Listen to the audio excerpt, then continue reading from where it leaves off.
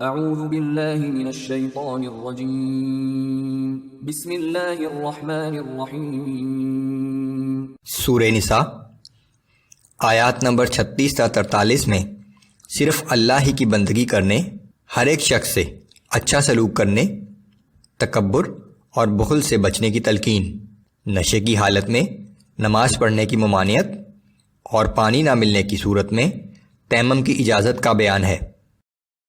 اعوذ باللہ من الشیطان الرجیم واعبدوا اللہ ولا تشرکوا به شیئا وبالوالدین احسانا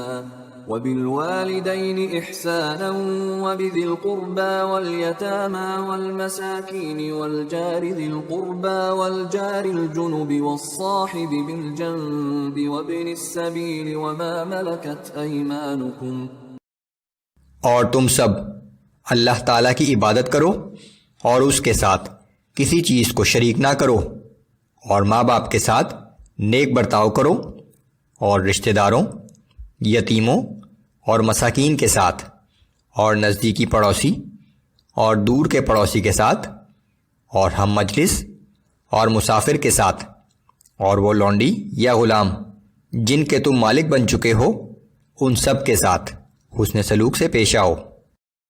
ان اللہ لا يحب من كان مختالا فخورا الذين يبخلون ويأمرون الناس بالبخل ويكتمون ما آتاهم الله من فضله۔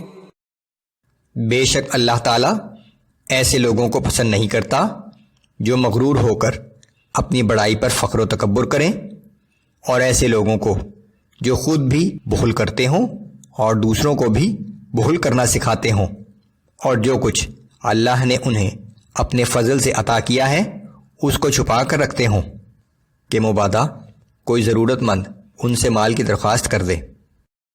وَأَعْتَدْنَا لِلْكَافِرِينَ عَذَابًا مُهِينًا۔ اور ہم نے ایسے نافرمانوں کے لیے ذلت انگیز عذاب تیار کر رکھا ہے۔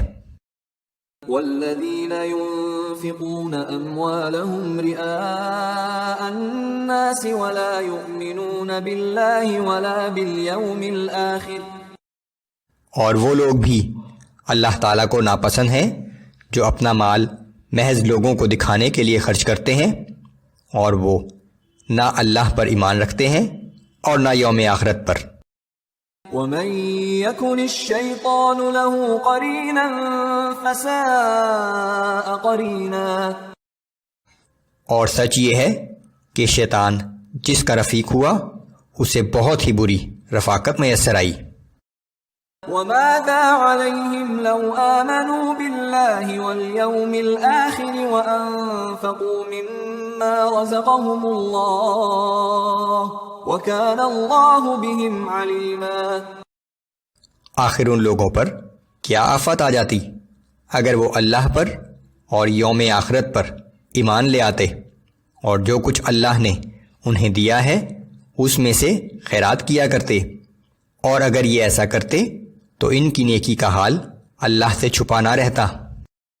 ان اللہ لا یظلم مثقال ذرہ وَإِن تَكُ حَسَنَةً يُضَاعِفْهَا وَيُؤْتِ مِن لَّدُنْهُ أَجْرًا عَظِيمًا۔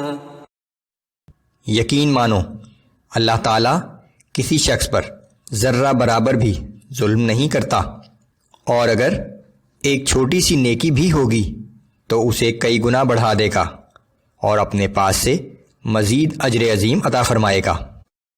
فَكَيْفَ إِذَا جِئْنَا مِن كُلِّ أُمَّةٍ بِشَهِيدٍ وَجِئْنَا بِكَ عَلَى هَؤُلَاءِ شَهِيدًا۔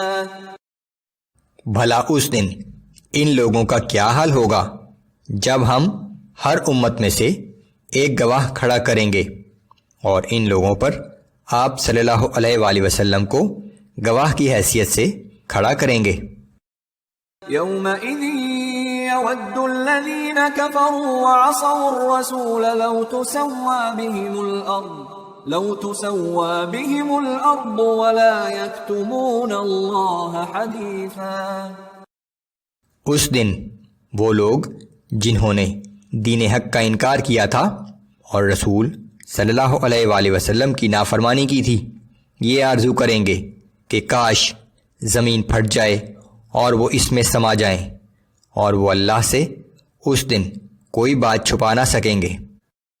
يا أيها الذين آمنوا لا تقربوا الصلاة وأنتم سكارى حتى تعلموا ما تقولون ولا جنبا إلا عابري سبيل حتى تغتسلوا۔ اے ایمان والو، جب تم نشے کی حالت میں ہو تو نماز کے قریب مت جاؤ جب تک کہ وہ بات جو تم کہتے ہو سمجھنے نہ لگو، اور اسی طرح حالت جنابت میں نماز کے قریب نہ جاؤ جب تک کہ تم غسل نہ کر لو، سوائے اس کے کہ تم سفر میں ہو۔ شراب اور جوئے کی حرمت 3 مرحلوں میں نازل کی گئی۔ پہلے مرحلے میں تنبیہ کی گئی، دوسرے مرحلے میں نشے کی حالت میں نماز پڑھنے پر پابندی لگائی گئی، اور تیسرے مرحلے میں مکمل پابندی لگا دی گئی۔ یہ دوسرے مرحلے کی آیت ہے جہاں نشے کی حالت میں نماز پڑھنے پر پابندی لگا دی گئی ہے۔ وَإِن كُنتُم مَّرْضَىٰ أَوْ عَلَىٰ سَفَرٍ أَوْ جَاءَ أَحَدٌ مِّنكُم من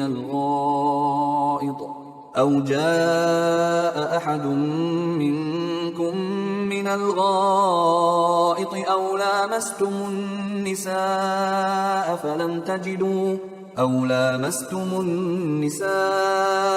فلم تجدوا ماء فتيمموا صعيدا طيبا فامسحوا بوجوهكم وأيديكم إن الله كان عفوا غفورا۔